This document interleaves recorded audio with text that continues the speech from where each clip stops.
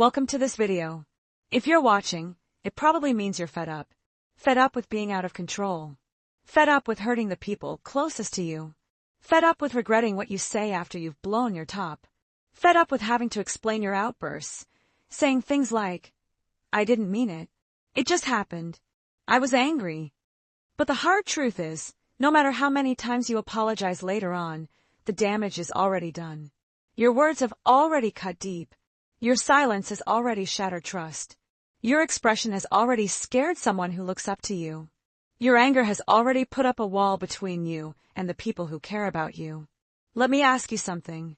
Have you ever broken something when you were angry? Have you ever said something that you just can't take back? Have you ever watched yourself turn into someone you didn't even recognize, someone who even scared you? If that sounds familiar, then this video is definitely for you. But there's more. This video is also a great way to practice your English. We're going to speak slowly, clearly, with feeling, and in depth. Every word is carefully chosen, not just to teach you about anger, but also to help you improve your English skills at the same time. Because it's true that a calm mind learns more easily. A peaceful brain absorbs information better. And a future where you speak English fluently requires a mind that's in control. So, if you want to change your life, get a handle on your anger. If you want to become fluent in English, learn to control your emotions. This isn't just another self-help video. It's not just some tips and tricks. This is about real emotional transformation, a journey, a battle between the person you are right now and the person you're destined to become. And I promise you, by the time this video is over, if you really listen with your heart, you will walk away feeling more powerful, more at peace, and more in control than you ever have before. Let's get started. What exactly is anger? Anger isn't just an emotion. It's like a fire. It can be used to cook your food, or it can burn your house down. It's one of the most powerful, misunderstood, and potentially dangerous emotions we experience as humans. Anger is a signal. It's telling you that something doesn't feel right. It's saying, "I feel threatened. I feel disrespected. I feel like I'm losing control. I feel hurt." But instead of saying those things clearly, it comes out as yelling, slamming doors, giving the silent treatment, using explosive language, resorting to violence, or even self-destructive behavior. Anger is like holding a sharp sword. If you know how to use it, you can protect yourself. If you don't, you're likely to hurt yourself and everyone around you. Most people don't realize this. You're probably not actually angry. You're actually in pain. You're afraid. You feel like you're not being heard. You feel invisible. You feel like nobody understands what you're going through. And so, anger becomes the way you communicate. But it's a language that nobody wants to listen to. That's why it's important not to just suppress our anger, but to understand it, transform it, and control it. First, pause before you react. When something sets you off, when someone insults you, when your boss blames you for something, when your partner says something that really hits a nerve, don't react right away. Just pause. Even just 3 seconds of silence can make all the difference, because anger is an energy that builds up quickly, but it also fades away quickly. Reacting immediately isn't a sign of strength. Pausing is. Imagine you're holding a hot cup of tea. Someone bumps into you. The tea spills. You feel the burn. Now, instead of yelling, imagine you take a moment, close your eyes and say, "I know that was an accident. I don't want to make the situation worse." That's the power of the pause. That's what even a single second of awareness can do. Most people don't realize this. When you're angry or anxious, you start breathing from your chest, not your belly. This is called shallow breathing, and it signals to your brain, "We're in danger. Get ready to attack, protect, fight, or run." That's how yelling starts. That's how violence happens. That's how people destroy relationships, jobs, and lives just because they didn't know how to breathe. Most people laugh when they hear, "Just take a deep breath." They think it's a joke. But here's what science says. Deep breathing, especially belly breathing, activates your parasympathetic nervous system. That's the part of your brain that says, "You're safe. You're calm. You're not in danger. You don't need to fight." And when this part is activated, your blood pressure goes down, your heart rate slows, your muscles relax, your brain starts thinking clearly, your emotions soften, and your anger disappears just with breath. Let me tell you a story that's 100% true. There was a soldier who came home after fighting in a war. He had seen violence, death, fear, and trauma. And whenever someone raised their voice, even a little bit, he would explode in rage, throw things, punch walls, and scare his own family. He didn't want to, but he couldn't control it. Until one day, during therapy, he was taught something simple. Before you do anything, breathe deeply. He was told to do box breathing. Inhale for 4 seconds, hold for 4 seconds, exhale for 4 seconds, hold for 4 seconds, and repeat that 4 times. He practiced it every day. And in just 2 weeks, he told his therapist, "My wife says I'm finally smiling again. I didn't scream when the toaster broke. My daughter hugged me without being afraid." All because of breath. Not medicine, not magic, just learning to breathe like a master, because that's where your calm lives. This is called diaphragmatic breathing, and it's one of the most powerful tools ever discovered for dealing with anger, stress, and anxiety. Every time you breathe deeply and slowly, your brain releases GABA, a chemical that reduces fear and aggression. It also reduces cortisol, the hormone of stress. You become less reactive, more focused, more gentle, more patient, and more in control. And you don't need a therapist, you don't need a guru, you don't need a book, you don't need money, you just need you and your breath. Now, imagine someone who doesn't use this technique. Their breath becomes faster. They yell. They say things they regret. They slam the door. They walk out. Later, they sit down, hold their head in their hands, and whisper to themselves, "Why did I do that again? Why can't I control myself? I always ruin things when I get angry." And now guilt replaces anger. But guilt doesn't heal the wound. Guilt just builds walls of shame. All of it. Every fight, every mistake, every regret could have been prevented with just 4 slow breaths. You may not be able to control what people say to you. You may not be able to control the situation. You may not be able to control your past trauma. But you can control one thing, your breath. And that one thing changes everything. If you want to change your future, if you want to save your relationships, if you want to become fluent in English, if you want to stay calm in every storm, if you want to break the cycle of regret, start with one thing. Breathe like a master. Don't wait until you're angry. Practice every day. Make it your new identity. Because once you control your breath, you don't just control your anger, you control your destiny. 4th, leave the battlefield. When your peace is at risk, walking away isn't weakness. It's wisdom. There's a moment during every argument, every fight, every rising wave of anger, where your body is screaming. Say something. Defend yourself. Prove them wrong. Shout louder. You can't let this happen again. It feels like a war. And the voice inside you says, "Don't walk away. You'll look weak. Don't be silent. They'll win. Don't leave. Stand your ground." But here's the truth. The strongest people are the ones who know when to leave the battlefield. Because sometimes the battle isn't worth the blood. Sometimes staying in the heat only creates damage, not growth. And leaving isn't escaping. It's not surrender. It's choosing self-respect over self-destruction. We live in a world that says real men never back down. Strong people fight back. Silence is weakness. Leaving is cowardice. But real strength isn't in screaming. It's in knowing what you'll lose if you stay. Because you might win the argument, but lose your child's trust. You might prove your point, but destroy your partner's heart. You might silence your enemy, but create a wound in yourself that takes years to heal. So, I ask you this, what is the cost of staying on the battlefield? If the cost is your peace, your family, your future, then walk away. Now, when you're angry, your body becomes a weapon. Your voice becomes sharp. Your hands clench. Your eyes harden. Your posture stiffens. And in this moment, logic disappears. Your brain is flooded with chemicals. Your thinking shuts down. You're ready for war, not wisdom. And there's only one cure in that moment. Space. Physical distance. Not forever, not as an escape, but as a reset. Just leave the room. Step outside. Close the door behind you. Take a walk. Drink cold water. Wash your face. Touch a tree. Sit in silence. Let the storm pass. Because in anger, everything you say is louder than your heart intends. Everything you do is stronger than your soul means.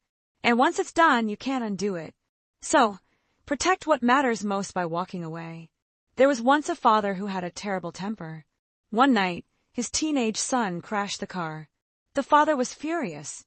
He wanted to shout and punish him. But instead, he looked at his son's face, scared, shaking, ashamed. The father didn't speak. He turned around, walked into his room, locked the door, and cried.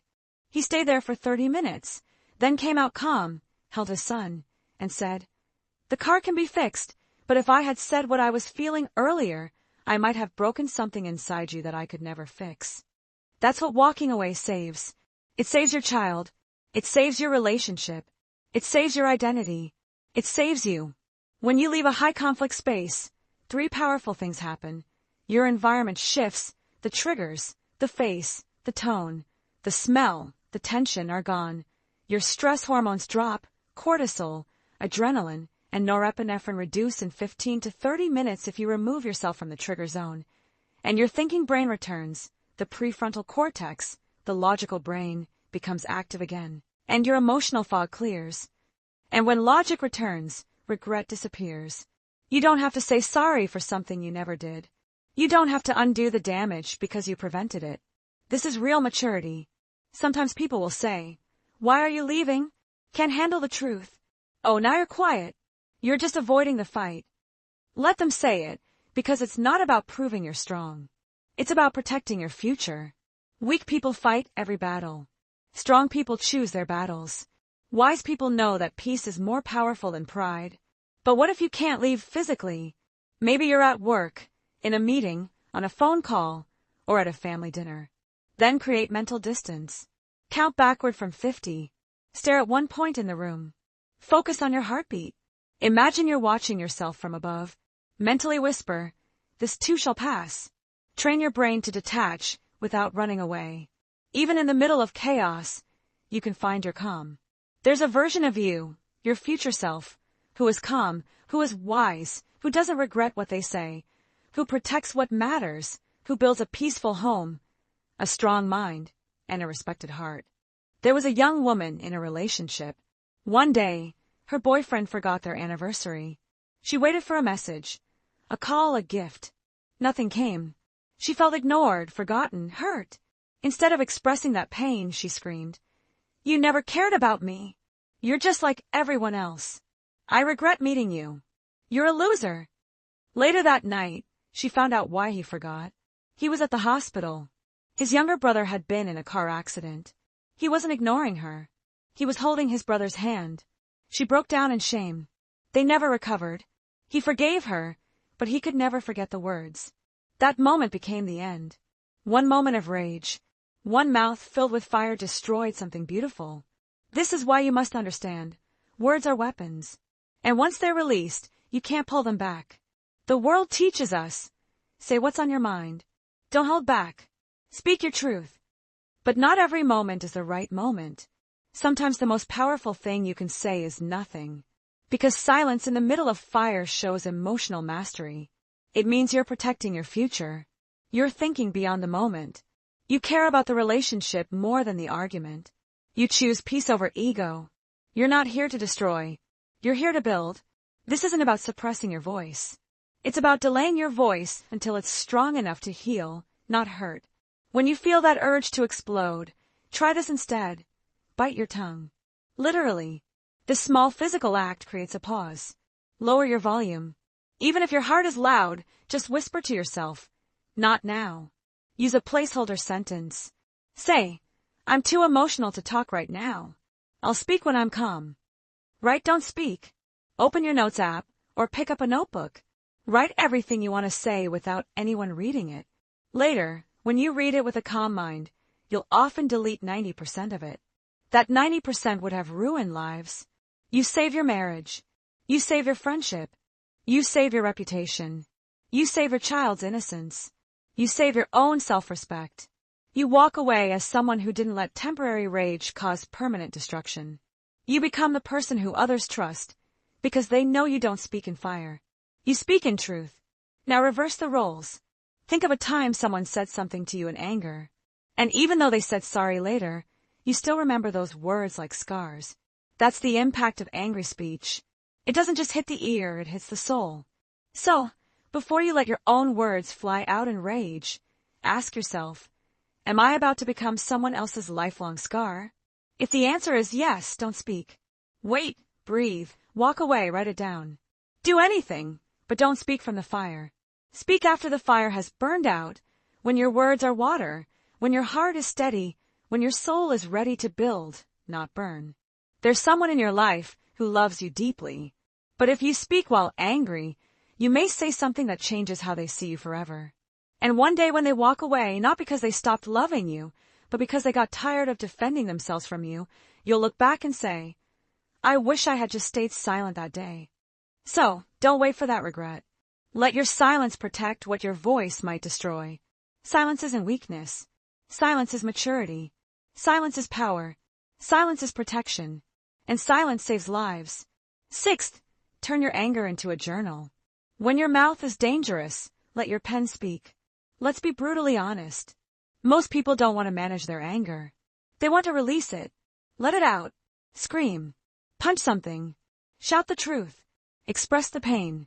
Because when anger lives inside you, it feels like pressure, like a balloon about to burst. But here's the mistake.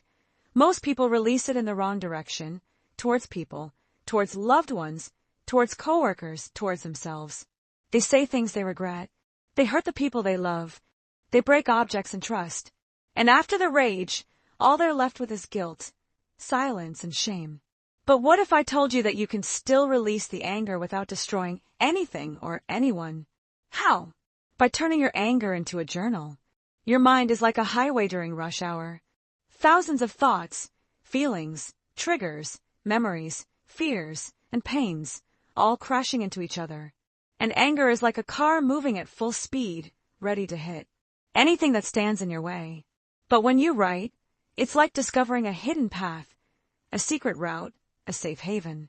You take all that mental chaos and pour it onto the page, line after line, word after word, until your mind is quiet and your heart feels lighter. Picture a guy who lost his job unfairly. He was blamed for something he didn't even do.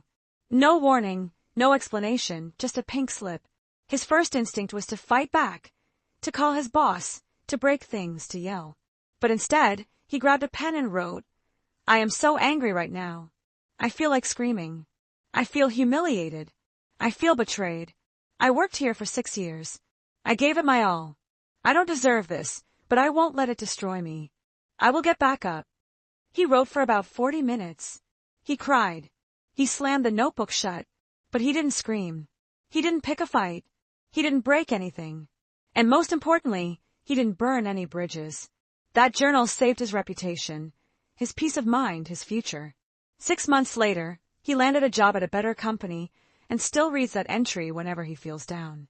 The science behind it is pretty simple. When you write while you're angry, something remarkable happens in your brain. Your limbic system, the emotional part of your brain, calms down. Your prefrontal cortex, the logical part of your brain, gets activated. Your thoughts become more structured. Your rage transforms into organized emotion. Your confusion turns into clarity. Your eyes turn cold. Your eyebrows furrow. Your jaw clenches. Your lips curl. Your whole body tenses up. You become someone you wouldn't even want to be around. But here's the catch. You don't see it. Because in that moment, you're too consumed by rage to notice the person you've become. That's what makes this method so powerful and so brutally honest. Look in the mirror when you're angry. Face yourself. Literally. See the version of yourself that emerges when anger takes control. Here's a true story. There was a mother who often yelled at her child. She loved her child deeply, but she would explode whenever she was angry. One day, after shouting loudly, she went to the bathroom, looked in the mirror, and what she saw shocked her. Her face was red, her eyes were wide with anger. Her expression looked menacing. She looked like someone her own child would be afraid of. And she broke down crying. Not because she was angry, but because she had become someone she didn't recognize. That mirror didn't just reflect her face. It reflected her impact. She vowed to herself that she would never let that face appear again. And she changed. Not through therapy, not through books, but through self-awareness. That's the power of reflection. Anger activates a part of your brain that disconnects you from your identity. You become reactive. You lose your sense of who you are. But a mirror forces you to come back to yourself. It reminds you, this is what I look like when I'm out of control. This is what my partner sees. This is what my child remembers. This isn't the face I want to wear.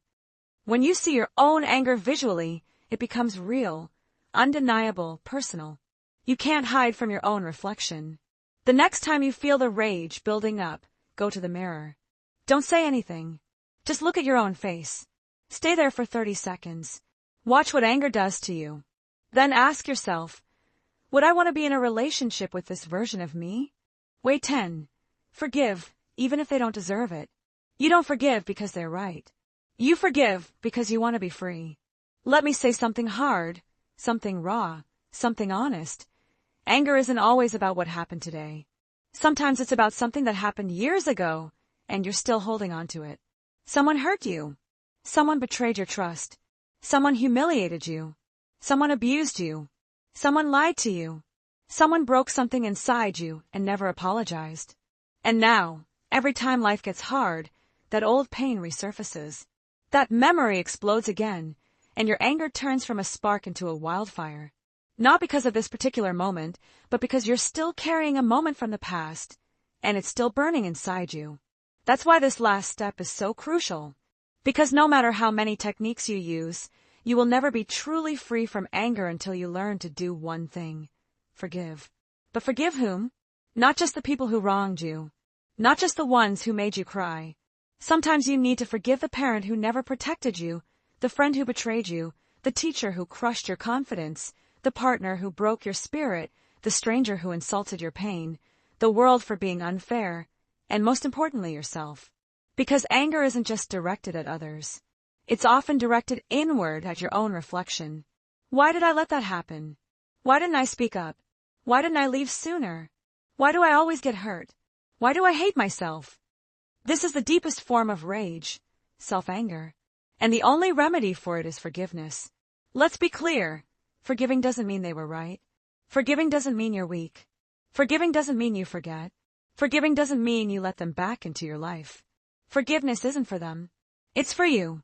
You forgive because you're tired of being angry. You're tired of carrying the weight. You're tired of letting someone else control your emotions. You're tired of reliving pain that has already happened. You forgive because you want peace more than you want revenge. There was a man who was abused as a child. 4 years. He lived with shame, rage, and silence. Every time he looked in the mirror, he hated who he was. Every relationship he had, he sabotaged. Not because he didn't want love, but because the anger inside him had turned into poison. One day, he wrote a letter to his abuser. He didn't send it. He wrote, "You broke me, but I will not let you break my future. You stole my childhood, but you will not take my peace.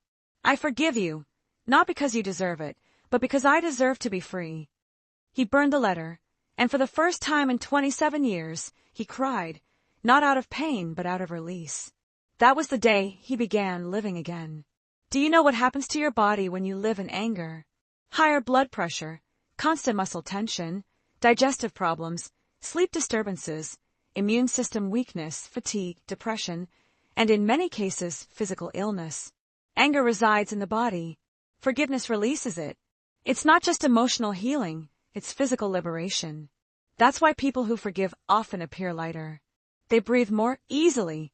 They smile more deeply because they are free. Some people will never apologize. Some people will never admit what they did. Some people will move on with their lives while you're still trapped in the pain they caused. So what do? You don't wait for their apology. You don't wait for justice. You don't wait for karma. You choose to let go, even without their permission. You say, "You don't get to live in my head anymore. You don't get to control my emotions. You don't get to define who I am." You take your power back.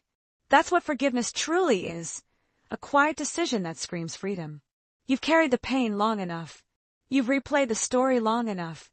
You've punished yourself long enough. It's time to put it down. Not because it wasn't real. Not because it didn't matter, but because you matter more. Let your future be louder than your past. Let your peace be stronger than your pain. Let your soul breathe freely again. You forgive because you are ready to be free. You are not your anger. You are what you choose to become after it. If you watch this entire video, I want you to know something very important. You are not weak. You are not broken. It's not too late, and you are not defined by your past. You are a human being who feels deeply. You've experienced pain. You've been misunderstood. You've stayed silent when you wanted to scream. You've cried alone when no one was watching. You've carried things inside your heart that no one even knows about. But from this moment forward, everything can change because you now possess something that most people never find. The ability to understand your anger, to pause, to breathe, to walk away, to reflect, to forgive, to heal, to grow. This is your power. This is your moment. This is your new identity. From today onward, I want you to say, my anger does not define me. My reaction is my choice. I am in control. I am free from the past. I am not here to fight. I am here to build peace. I forgive. I release. I rise. And one more thing before you go. If this video touched your heart, if you felt even one moment that resonated with you, then don't keep it to yourself. Someone you know is battling anger right now. Someone you love is hurting others because they don't know how to deal with their own pain. Share this with them. Help them breathe again. Help them begin their own journey, too. And remember, this video isn't the end. It's the beginning of your next chapter. The chapter where you're not just controlling anger, you're reclaiming your power, becoming your best self, and finally living with peace, strength, and clarity. So, if this video was helpful to you, subscribe for more content. Share this message with someone who needs it, and start living like the person you were born to be. Because the world doesn't need more people who shout louder. The world needs more people who understand deeper. And now you are one of them. Thank you for watching, and never forget that you are not your anger. You are your power. You are your peace. And your story is just beginning.